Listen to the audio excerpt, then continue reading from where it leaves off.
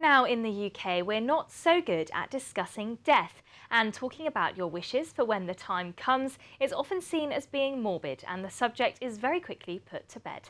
But age-concerned Gosport is aiming to change this, and as part of Dying Matters Awareness Week, they're holding a free event to help people find out more about what options there are for end of life. Our reporter Richard Stringer went to find out more.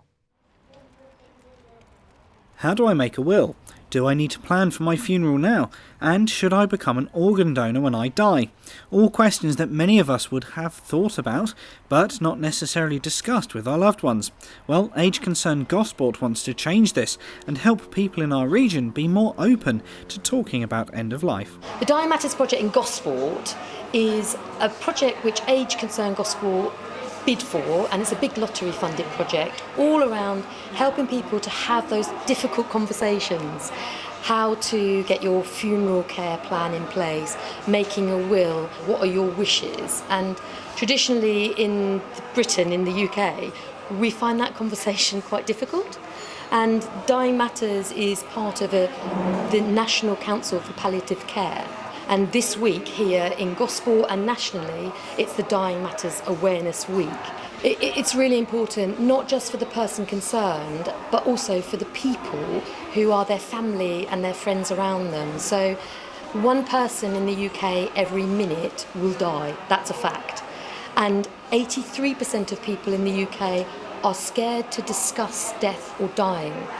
People want to die at home. 53% of people want to die at home, but many of them haven't shared that with their family and friends. So an unexpected illness may make that quite difficult to happen. And what we're doing here in Gosport Discovery Centre on the 13th of May, between 10 a.m. and 12 p.m, is offering, wait for it, a completely free coffee morning. The coffee morning is around opening up those difficult conversations. There's a group of volunteers who will be here in the Discovery Centre on the ground floor.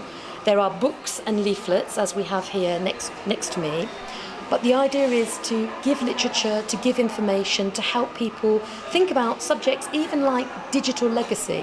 How many people have passed on their passwords to somebody so that if something happens, they can get into their accounts and alter them or change their Facebook, for example. There are all sorts of plans that need to be in place.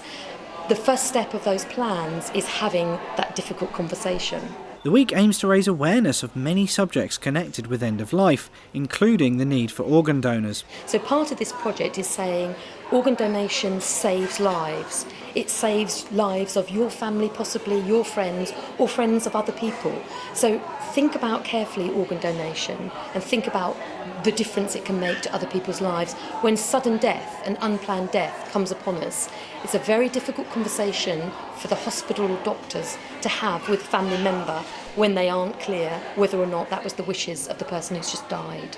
So when the loved one dies, they're left with a solicitor, a funeral company or a GP. When the loved one, like myself, when my dad died, I knew he wanted a natural burial. I knew the hymns that he wanted at his funeral. I organised that funeral and it made my life easier, and that of my family, my brother and my sister as well. So I would say, think about the family, even if you find that conversation difficult, think about the people that you're leaving behind.